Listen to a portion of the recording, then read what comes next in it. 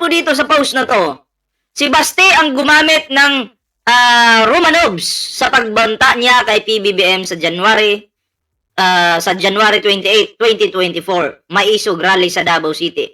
Pero binabaliktad ni Inday Sayad.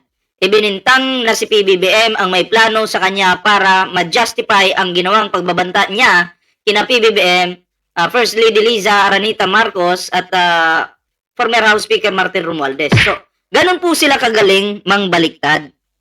'Di ba?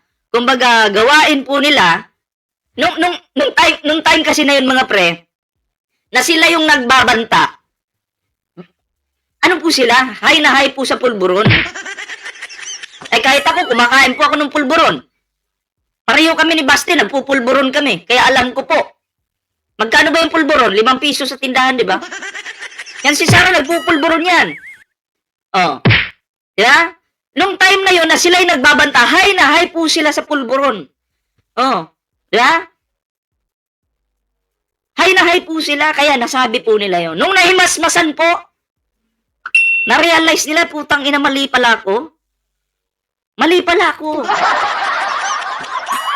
Anong ginawa po? Binawi. Binintang kay Pangulo. Ang Pangulo daw, o ang kampo daw ni Pangulo, so ang Pangulo mismo ang may pagbabanta laban dito sa kampon ni Sara Duterte. Yung pamilya, yung kanilang pangalan, di ba? So biglang baliktad.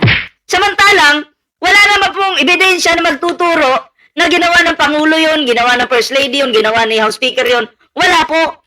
Pero may video po na nagtuturo na sila ay nagbabanta sa isang Pangulo, First Lady, sa 3 tao na malalaking tao sa bansang Pilipinas. Diba? Malalaking tao na masipag. Oh. Sila po ang may pagbabanta. Tapos ngayon, babalik ta rin nila si Pangulong Bongbong Marcos. Ang galing-galing. Bangag ka talaga.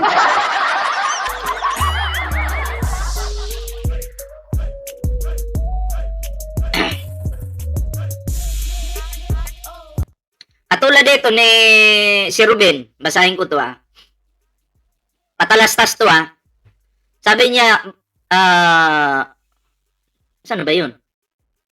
Sabi niya, boses mo bayaran, parang galing ka sa ibang planeta, boses duwende. Yan po yung mga tinatawag na walang alam pagdating sa technology, lalong-lalo yung mga DDS, wala pong alam yan. Diba? Oo, boses duwende daw. Pagdating sa technology, sila po ay mga mangmang. Wala nang alam sa technology, inuuto-uto pa ni Sara Duterte yung mga yan. Diba, sila po ay mga utak. May utak ba? Sa tingin ko, wala eh. Wala. Diba? Pag sinabing DDS, bobo yan, manyakis yan, adik yan, bangag yan, ngiwi yan, sila po yan. Kasi yung mga DDS po, kumakantot po yan ng puno ng saging, at yung mga babaeng DDS, sinasaksak nila yung talong sa kanilang poke. Kasi wala namang papatol sa kanila kasi mga pangit po yung mga yan. Diba? Mas maganda pa nga yung kalabaw sa kanila eh. Diba? Mas maganda pa nga yung kalabaw sa kanila. Sabi ni Astro, ang galing talaga ng ating PBBM, negative 20 trust rating, forever PBBM, proud, Marcos pa rin. Kasi yung trust ratings na yan, wala namang kwenta yan. Tingnan mo si Sara Duterte, yung trust ratings niya, pinapataas ng mga didilis. Pero tingnan mo, nagtatrabaho ba? Wala. Kaya nagnakaw na lang po ng coach, kasi bobo nga eh. Diba? Anong bloody, ano yung coach na eksaktong pagkasabi ni Sara? Ninakaw lang po pala. Copy-paste lang po pala. Plagiarism po ang tawag doon. Ang plagiarism po kasi, okay lang po na ma-inspired tayo sa quotes, gagamitin natin yung quotes. Pero, kailangan mo sabihin kung kanino galing yun. Pero si Sara hindi. Plagiarism yung ginawa. Anong ginawa? Binago yung quotes. Tapos yung may-ari ng quotes, ginawang confidential. Bobo! Bobo ka, Sara Duterte! Eto si Ballpoint Man! Bobo ka!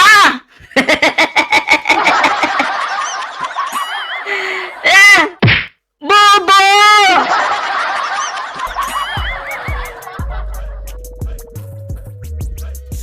Nakakahiya. masuka maging dutae. Oo. Diba? So, eto ang pagbabanta po talaga ay nanggaling po sa mga Duterte. Ang mga Marcos po, hindi po yan marunong magbanta. Ha? Hindi marunong magsinungaling, except kay Amy Marcos. Ang mga Marcos po ay matitino. Tingnan nyo, puro trabaho yung ginagawa. Kahapon nag-live ako. Sabi ko, si PBBM, pag nagtatravel yan ng ibang bansa, nakikinabang ang mga Pilipino, ang Pilipinas. Kasi trabaho po ang lakad nila. Si Sara Duterte, pag nag-ibang bansa, ayun, binalita. Nareaksyonan ko kahapon. Ano sabi doon sa balita? Sa kakalakwat sa ni Sara Duterte, pabalik-balik na ibang bansa, 20 million pesos na yung nagastos sa pa-travel lang nila. Private na pribadong mga travels, pa-Japan, kasama si Kitty Duterte. 20 million pesos mahigit. Grabe, ang laking pera niyan. 'Di ba? Pera ng taong bayan, pinangtatravel lang ng mga hinayupak. Oo. Pinangtatravel lang nila. Nakakahiya ito. 'Di ba? Partida vice president pa lang 'yan. Partida bobo 'yan. Ang bobo po kasi pag nakahawak ng pera, hindi niya alam kung saan niya ito gagawin. Hindi niya alam kung anong dapat yung tama, 'di ba? Kasi pagpalagay natin, ang OVP, may budget para sa mga travels niya. Pero dapat po yung travels na yan ay makikinabang naman yung bansa. Makikinabang ang bawat Pilipino ang Pilipinas. Hindi yung pansarili mo lang. Diba? Kasi budget yan, pan-travel mo eh. Budget mo naman talaga yan eh. Pero ang problema, sinama si Kitty Duterte. Ano ba si Kitty Duterte? Pribadong tao yan eh. Hindi naman politiko yan si Kitty. Pero nakikinabang sa pera ng taong bayan. Oh. Diba? Nakikinabang sa pera ng taong bayan. Ubos ang pera. Ito po mga pre, no? Idugtong po natin ito. Oh. Ay, si Montulfo yung nagsabi nito eh. Oh, sabi ni Montulfo, kaya di maiwan. VP Sara, Julieca, matagal na magkasintahan. Aray, ikaw pa ka.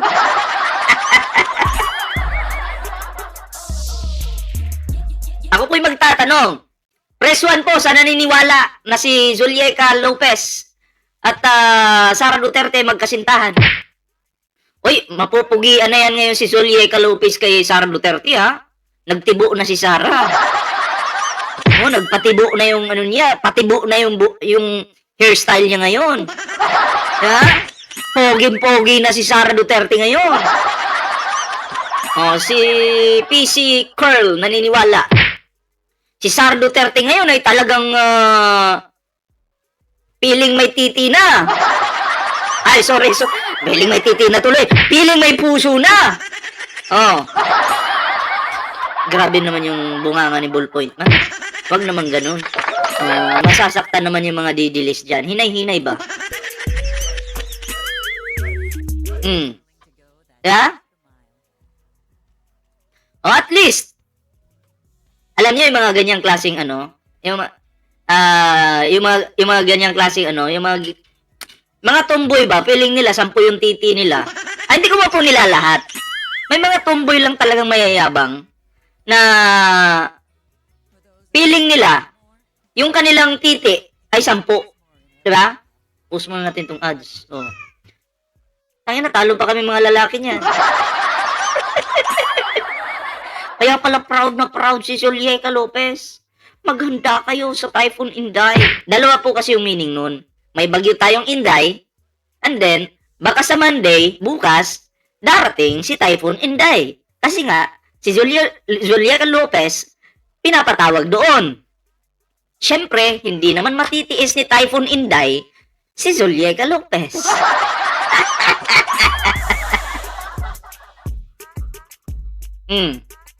Diba? Grabe ka naman, Montulfo, sa akusasyon mo kay Sara Duterte. Totoo ba talaga yan? Kasi kung magjowa sila, sabi mo, kaya di maiwan, BP Sara Julieca, matagal na magkasintahan. Ano yan, magpapalakpakan sila. Maggaganunan sila, palakpakan lang. Siyempre, tuwan-tuwa sila sa isa't isa. Kung totoo yung sinasabi mo, ha? Ano yan, maggaganyan sila. Kung lalaki naman, espada. Ganon. Star Wars ba? Ah.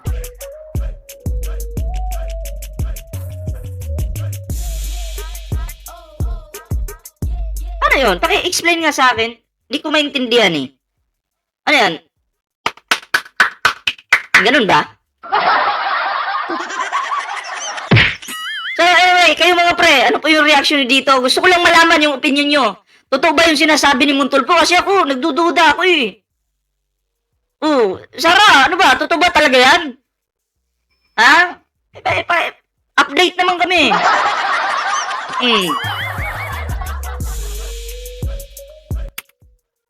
BPM, ipa-explain mo yan kay Mr. Objection. Pambira, pati si Objection. Alam din to ni Mr. Objection. And kung ano po yung reaction nyo dito, and paki-comment nyo na lang po para naman malinawan po si Bullpointman kasi si Bullpointman po ay naguguluhan. At eto na, no? Eto na. O, isunod po natin ang bubong ito. O. Isunod po natin ang bubong ito, mga pre. O, kilala nyo naman po siguro yan. Yan yung expert sa pagdodroga. Etong taong ito kasi nag-viral to, nagturo pa paano bumatak eh, no? Etong taong ito. Tinuruan po tayo, lalong-lalo yung mga DDS kasi mga utu-utu yan, malamang sumunod yun. Oh, tinuruan po niya yung mga DDS kung paano bumatak. Diba? Oh, may dala-dala pang ganyan, pa ganyan-ganyan pa siya. Oh. Pero tingnan natin, ano yung mga sasabihin niya dito, mga preno? Naniniwala po ako na hindi po siya magnanakaw sa simula na sa tatay niya na naniniwala daw po siya. Ulitin natin, ha? naniniwala po ako na hindi po siya magnanakaw sa simula na sa tatay niya. Naniniwala po ako na hindi po siya magnanakaw simula sa tatay niya. Baka pag natutulog si Digong noon, magkatabi sila. Pag naliligo si Digong, magkatabi sila. Baka close na close sila ni Digong. Isa ka ba sa, nahalikan ni Digong noon? Kaya nagkaganyan ka? Kasi alam na alam niya po yung galawan ng mga Duterte. Kasi naniniwala daw siya.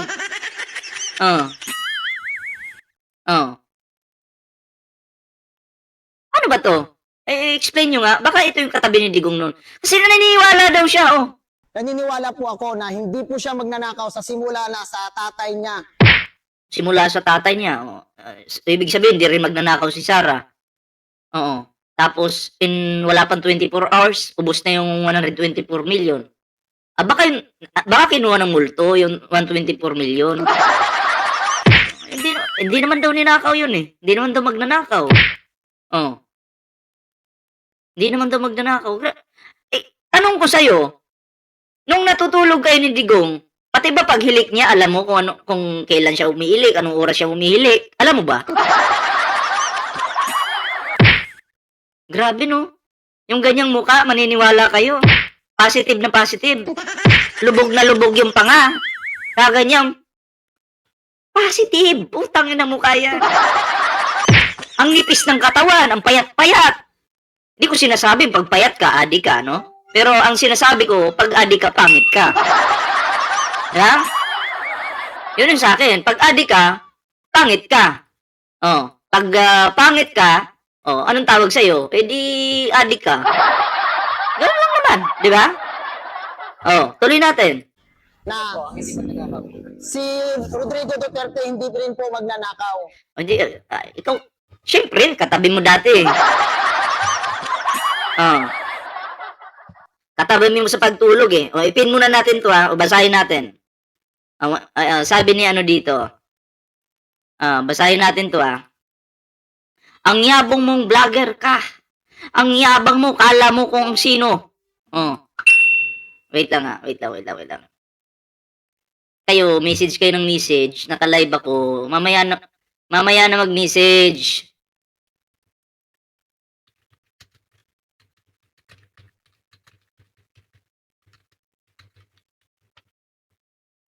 Message kayo ng message eh. Kakati ng kamay nyo ah.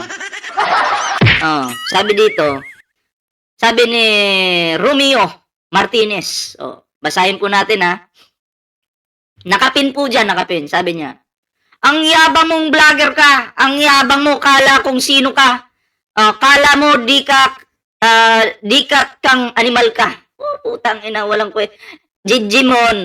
Another Jijimon. Pag sinabing Romeo Martinez, isa pong inutil yan. No, isang bobong inutil na walang, alam mo yung patapo na yung buhay. Siya po yan. So, tingnan natin. Sana makita ko yung mukha nito, no? Pag natsambahan kita ngayon, yari ka. Tingnan natin. Okay. Alright. Tingnan natin. Napakita ko dito sa screen. Huwag kayong mag-alala. Pakita ko sa screen.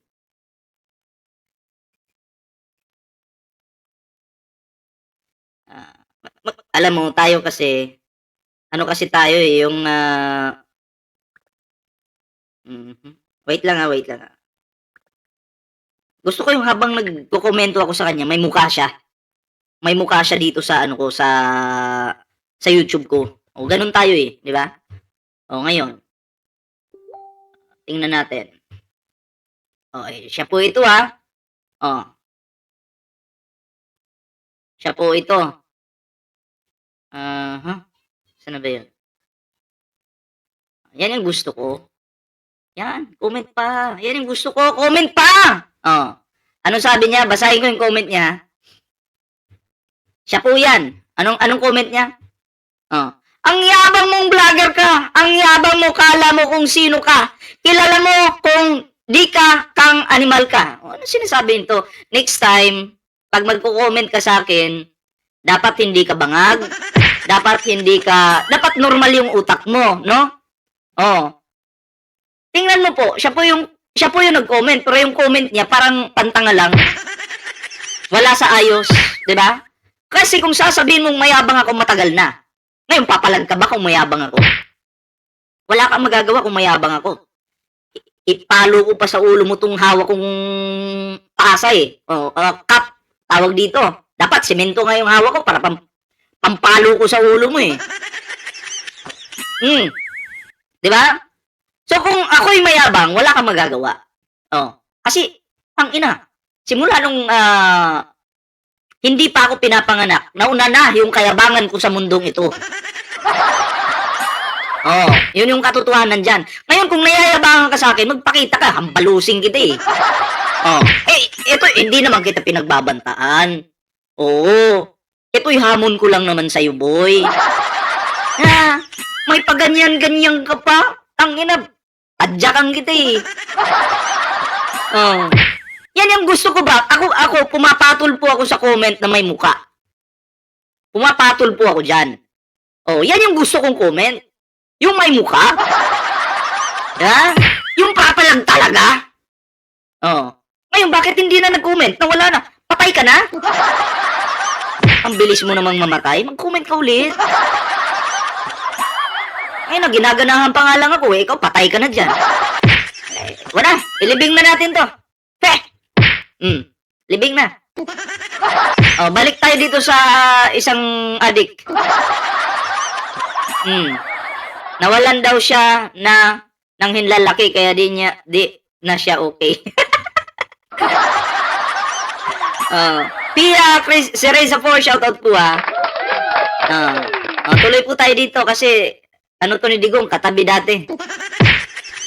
Si VP Sara din po ay hindi rin po, nagmana po siya sa tatay niya kasi po kung anong sinabi po ng tatay niya, sinusunod po niya. Pag sinabi ng tatay niya magnakaw ka, magnanakaw. Ganun ba yon? Tama ba yung pagkaintindi ko?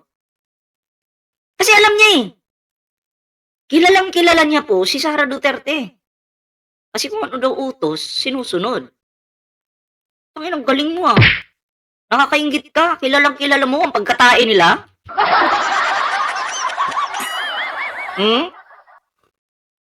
Ang pagkatain nila talagang pinaglalaban mo. Woo! kung ano po ang gagawin sa bansa. Mm. Kaya yun, eto, inayos ni BP Sara ang ating bansa. Oh, inayos yung pera ng bansa. Tsaka, ninakaw, ano? Inayos. Ayusin ko muna to kasi pag nilagay ko sa bag mamaya, pak, pak, pak, pak. Ay, syempre, madaling nakawin. Oh, may punto din naman. May punto din. Ikaw ba naman, magnanakaw ka, hindi nakaayos yung pera. Mahirapan ka, ah. Ang galing mo. Oh. Lahat po na walang mga edukasyon, nabigyan niya ng edukasyon. Oh, kaya nga nung siya Defense Secretary, nagkaletse-letse, di ba? Yung laptop, nagkabulok-bulok, di ba? Ang galing ng edukasyon. Ang galing-galing. Woo! Ano bang nagawa ni Sara Duterte nung siya Defense Secretary pa? Oh, ang mambato na laptop? Tayo na, kilala mo talaga si Sara. Nakakatuwa ka, boy. Oh. Yung mga sinasabi kasi ng ating mga Mm. sa ating mga Pilipino na si BP Sara ay isang magnanakaw. Oh. Yun po sila po ay hindi po sila nanonood or sinusubaybayan kung ano ang pagkatao ni BP Sara. Nakasubaybay nga, updated nga kami, panay nga travel eh.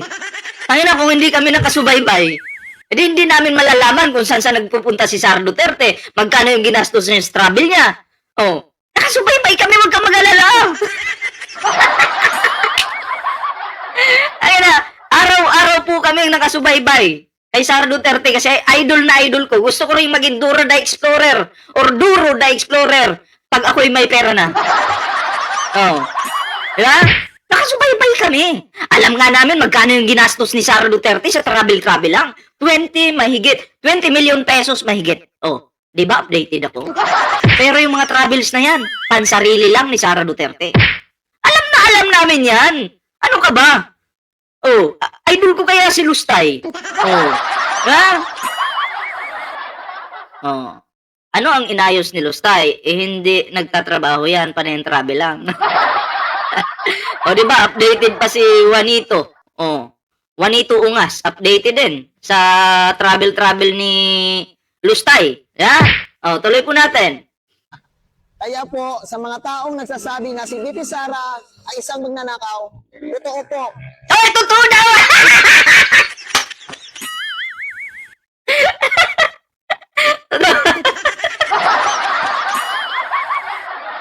Ay, nako. Totoo daw. Oh, totoo daw po. Oh, wala na. Patay ka. Hindi na ka babayaran dyan sa sinamahan mong rally. Oh, hindi ka na babayaran dyan. Tangin na, nilaglag mo bigla si Sara. Ano totoo po?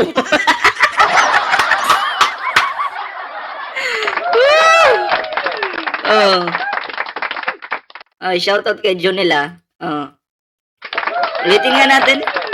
Ang nagsasabi na si BP Ulitin natin. po, sa mga taong nagsasabi na si BP Sara ay isang magnanakaw, totoo po. Oh. Wala na. Oh. Hoy, yari ka. Sino ba yung naghawak sa'yo? Hindi ka na babayaran yan. Oh. Yung grabe yung kakatanggal mo kay Sara tapos bigla mo nilaglag. Tangina, totoo po. Oh. So totoo talaga no. Yung mga sinasabi namin, naniniwala din kayo sa amin. Diba? Kasi kami po na nagbablog dito, wala po kaming kinatatakutan dito. O, basta nasa katotohanan ka lang po, 'di ba? Tuloy-tuloy lang po tayo. Ganun 'yun. Pero sila po, yung iba diyan, kahit fake news, 'di ba? Yung iba natatakot, yung iba tinutuloy-tuloy kasi may sinasandalang pader. Oh. Parang itin maritis lang.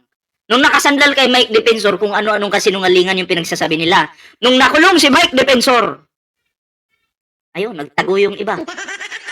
Wala nang masandalan. Ang 18 garbage Marines. Actually, hindi naman Marines yung iba doon. Kargador nga lang eh. Tagabuhat ng pukpok sa kubaw. Oh. Saksi po ako. Oh! O saksi pa siya sa pagnanakaw. Wala tayong magawa dyan. Totoo po at saksi pa siya. Oh. Ay wala na. Ano pa bang antayin natin dyan? Totoo na magnanakaw si Sarah, totoo. Sabi niya, di po ako may sabi. Saksi pa daw siya. Ay sabi ko na nga ba? Kung saan natutulog siguro mga Duterte, nandun to. Saksi eh. Saksi ni Satanas.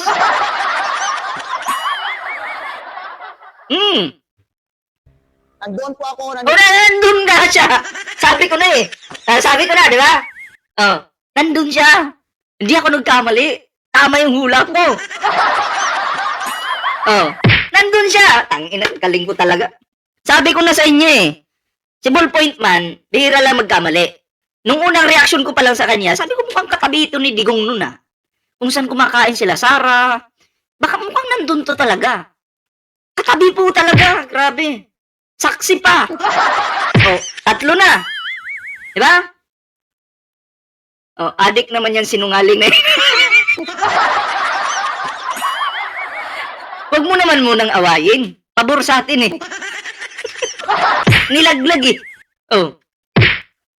Grabe ka naman. O, tuloy natin. naniniwala na bilang isang, hindi lang bilang isang Bisaya, hindi lang O, klaruhin natin ha. Baka nalilito kayo. O, klaruhin natin. Balik natin. kung ano ang pagkatao ni BP Sara. Kaya po, sa mga taong nagsasabi na si BP Sara ay isang magnanakaw, totoo po, saksi po ako, nandoon po ako naniniwala Oh. na bilang isang, hindi lang bilang isang Oh, ayan, klaro ha. Totoo po, magnanakaw, saksi. Nandun po siya sa pagnanakaw na yon. Oh, ano pa ba? Ano pa ba nga hanapin nyo? Diba? Totoo. Oh, ang galing. Walang cut yan ha. Baka sabihin nyo may cut. Video nila yan. Oh, Bisaya, hindi lang bilang taga Mindanao na kinakampiyan ko no. Tingnan mo. Nung hindi, pagmasdan niya yung sinasabi niya, ha? Ah, balik natin. Balik lang natin kaunti. Pagmasdan nyo. Nung siya'y nagkamali, sa kanyang sinasabi kasi, sinabi niyang magnanakaw si Sarah, at saksi pa siya, at nandun siya. Na-realize niya bigla, at putang ina, mali pala yung sinabi ko. Putang ina, mali yung sinabi ko, kaya napalunok-lunok siya. Napalunok, bigla niya ikakambyo ngayon yan. Tingnan natin, paano niya ikakambyo to. Tingnan natin. po sila nanonood or sinusubaybayan kung ano ang pagkatao ni BP Sara. Kaya po, sa mga taong nagsasabi na si BP Sara ay isang magnanakaw, totoo po, saksi po ako, nandoon po ako naniniwala na bilang isang, hindi lang bilang isang Bisaya, hindi lang bilang taga Mindanao, na kinakampiyan ko si BP, Oh. hindi po, totoo po yung sinabi ko. Oh, utang na binawi mo na naman. Pinasok to talaga magnanakaw, no? Oh. Hindi niya na cambio mga pre. Hindi niya na cambio, hindi niya na tangina palpa ka dito. Wala. Ano to? Palpak to mga pre. Oo. Pinanindigan niya talaga magnanakaw si Sara Duterte. Antibay mo, boy. Grabe ka. Oh. Mama Wena Sanchez, shoutout po sa'yo, ha. Oh, tuloy natin. Dahil po, ang nagsasabi po niyan is ang lola ko. Oh, tangina. Kanina, sabi mo nandun ka, saksi ka, naniniwala ka. Ngayon, pinasa mo sa lula mo yung kasalanan mo.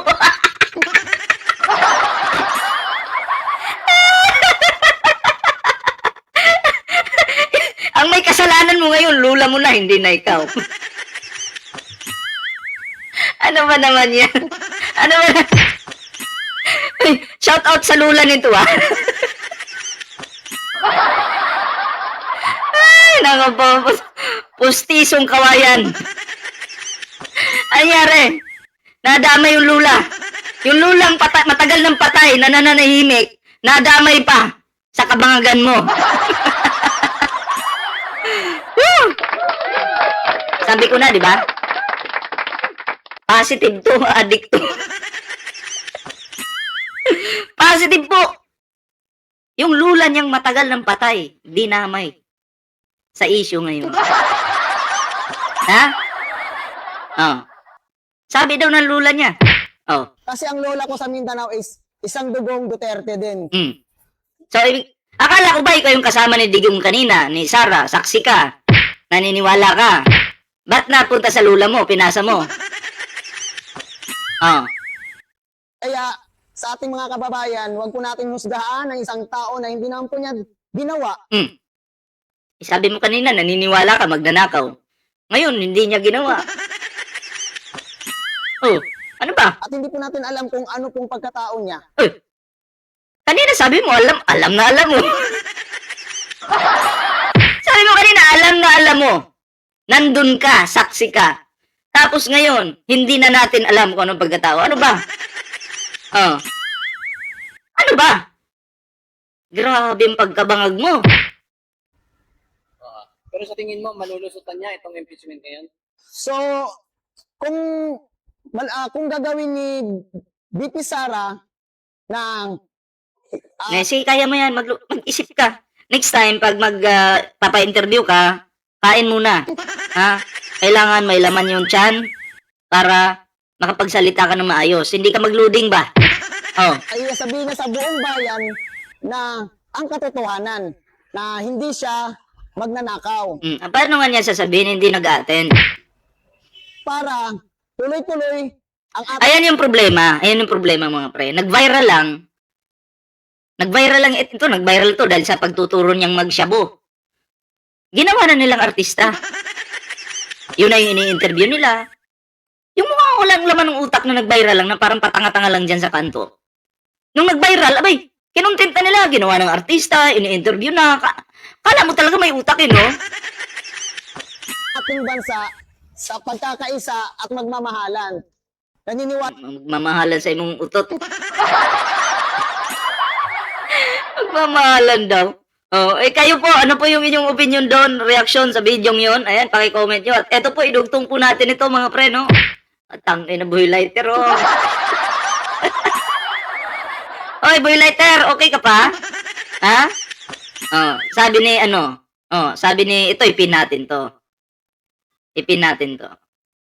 Sabi niya, ilang maleta natanggap mo, gago? Kung maleta lang pag-uusapan, di na ako tumatanggap niyan. Ginto yung tinatanggap ko. Oh, ginto. 'Di ba? Gusto mo ng share?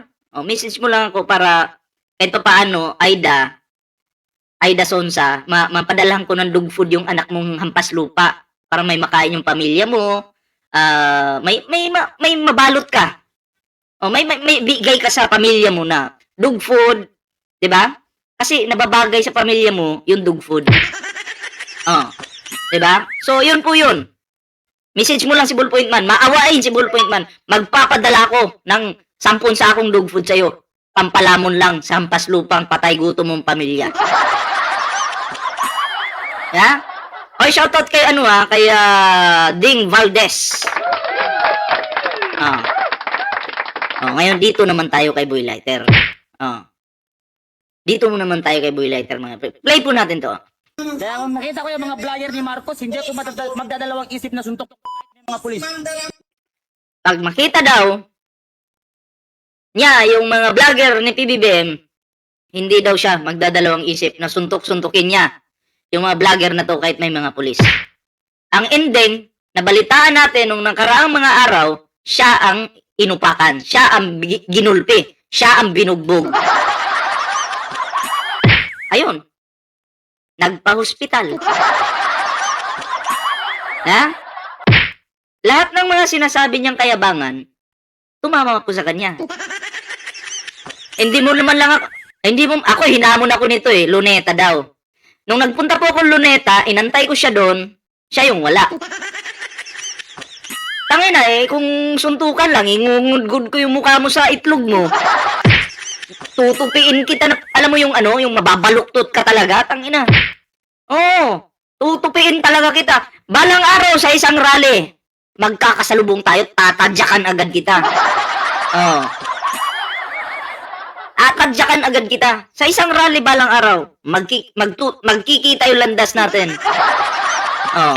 Pero, yun na nga, naunahan ka na, di ba? Nabugbog ka, na-hospital ka. Kaya kawawa ka naman. Pero may pangalawa pa yan. Naniniwala ako dyan. Sabi ng mga loyalist, bayaran daw ako. Ano sabi? pananagutan. iPhone 8 Plus. Laban sa pagmumusta. Mula noon hanggang ngayon. So, kapag ikaw ba ay naka-iPhone 8 Plus, hindi ka nabayaran. Di ba? Tingnan mo nga si Digong. Ang palagi niyang pinapakita yung lumang bahay niya para hindi siya magmukhang kawatan. Oh. Di ba? Para hindi siya magmukhang kawatan. Ganon yung strategy nila. Ganon yung style nila. Na kahit may mga bagong cellphone yan, may mga iPhone 17 yan, hindi naman nila ipiplex yan eh. Sa kanilang mga interview eh. Siyempre, ang ipiplex nila, yung lumang cellphone. Minsan nga, 3 yung cellphone yan. 2. Siyempre, pag may camera, alam mo, pakita mo yung bago mo. Strategy kasi yan, para magmukha silang humble. Pero, bayad at mga kawatan yung nagbabayad sa kanila. Ganun yun. Ha? Ganun po yun mga pre. Kaya, yung mga pinapakita nilang cellphone, tingnan mo luma yung cellphone ko. Huwag kayong maniniwala dyan. Maraming tao na luma yung cellphone, dikipan pa nga yung cellphone, pero puno ang laman ng bangko. Oh, wag kami. Ganing Archola, shoutout po ha, kay Cecil Roldan, shoutout po. Oh, Meron bang bayaran na naka-iPhone 8 Plus? Ay sa po, sabi niya, meron bang bayaran na naka-iPhone 8 Plus? 8 Plus? Meron bang bayaran na naka-iPhone 8 Plus? Meron bang bayaran na naka-iPhone 8 Plus? Meron bang bayaran na naka-iPhone 8 Plus? Tanginang yan. Oh, tuloy. Tapos yung screen ng cellphone sira. Oh. Oh, ganito. Puno na yung bulsa ko ngayon. Naka-video pa. Binidyo ako ng mga vlogger. Ang gagawin ko, strategy ko ganito. Kuha ako ng cellphone. Halimbawa ako si Boy Lighter. O meron ba akong, ako ba yung bayaran? Pinaglalaban ko ang bayan. Nang walang kapalit. Tingnan mo ngayon, ako bayaran. Tingnan mo ngayon yung cellphone ko, luma na, luma na. Alam mo yung style niya, kaya niya ginaganon. Naghahanap ng sponsor. Ha? Para may magbigay sa kanya ng pan-cellphone. O, di doble. Ang galing ng strategy. Meron bang bayaran? Pero nasa isip niya, please, magbigay na kayo. Baka meron. Puntakin nyo na ako. Palagi nilang ginagawa yan. Yun yung kaibahan nila sa amin. Kami, tangina, hindi namin ginagawa yan. Nakakahiya. Diba? So, alam nyo na. Kung may magdo-donate kayo sa kanya ng cellphone, bahala kayo. aming edukasyon para sa panawagang sarang. Kung bayaran ka, 17 na yan. Siyempre, gaya ng mga vlogger na may mga malalaking alahas, may mga malalaking sisig. Hindi kami nabibili ng 500. So, alam nyo na. Hindi sila nabibili ng 500. Siguro, taasan nyo pa yung offer. Papayag ba kayo? Magrarally kayo dyan, 500 lang? Tangina, hindi papayag si Boy Lighter niya. Laki-lakihan nyo yung offer. Kakagatin niya yan. Ayan na. Paliwanag. Hindi kami nababayaran ng 500. Pero pag malaki, okay. Deal. Deal po pag malaki. Ayan po si Boy Lighter, ha? Ed Secretary. Yung prinsipyo namin, hindi nabibili ng 5,000 every month. Partida, ha? 5,000 yung pinag-uusapan. Pero kung malakihan na, yung prinsipyo wala na yan. Nabibili na yan. Nagpe-fake news pa nga eh. Ikaw ba kung hindi ka bayad? Sasabihin mo ba, meron na ba kayong lighter? Susugod na tayong Malacanang. Ginagawa mo yun para sa ganun, pera. Kasi, malaki yung offer eh. Di ba? Ganun yun. Katiwalaan ang pamamagitan Kaya kung makita ko yung mga vlogger ni Marcos, hindi ako magdadalawang isip na suntok ng mga pulis. Kung ako lang yung Ayan ha. Susuntukin daw. Tingnan natin. Magkikita, magtutuos din yung natin. Landas natin. Makakasalubong di kita. Tatadyakan kita agad. Totoo ba yan? Payat na si Boy Lighter. Paano ka bang hindi papayat? May kaso ka, nabugbog ka pa. Diba? So, papayat ka talaga. Magmumukha kang palito. tapat yung flyer dito. Inday Sara. Ganun ang ginagawa sa mga trader sa kapwa nila Pilipino. Ang ina, ikaw hindi ka ba traidor? Ha? Panig ka nga sa China eh. Oh, alam mo yung traidor, hindi sinusuntok yan, pinapatayan. Yung tulad mo, pinapatay. Ha? Kung ako lang presidente ng Pilipinas, wala ka na ngayon. Oh, hindi ka nasisikatan ng araw. Maganda lang talaga yung panahon Maganda lang talaga yung Panginoon na alam mo yon, ginawa tayong mahirap, hindi tayo ginawang politiko. Kasi kung ako ginawang presidente ng Pilipinas, sa totoo lang po, lahat po ng mga salot sa Pilipinas, ipapapatay ko po talaga yan. Atago. Oh. Lalo na yung mga magrarally, kung ako, pasalamat kayo, mabait lang yung Pangulo. Oh, kung ako lang naging Pangulo, patay na kayong lahat. Dapat yung mga trader. So, ayun po yung video ni Boy Lighter, Oh, manununtok daw ng vlogger. Salamat ka lang, mabait yung Pangulo ngayon. Oh, ayaw ng karahasan, no? Pero, syempre, ang papatay naman, yung mga talagang masamang tao na wala ng karapatang mabuhay sa mundong ibabaw. Diba? Ganun yun. Oh. So, ayo po, ano po yung inyong opinion dito? Oh. Paki-comment naman. Oh, paki-comment po sa inyong mga opinion para mabasa po natin yan. Ayan. Livelihood program ng mga troll farm ng komunistang in-check, pera lang ginagamit. Akala nila masarap buhay komunista, mga baliw. Nagpagamit kayo sa mga maitim balak. Oh, yun nga, di ba?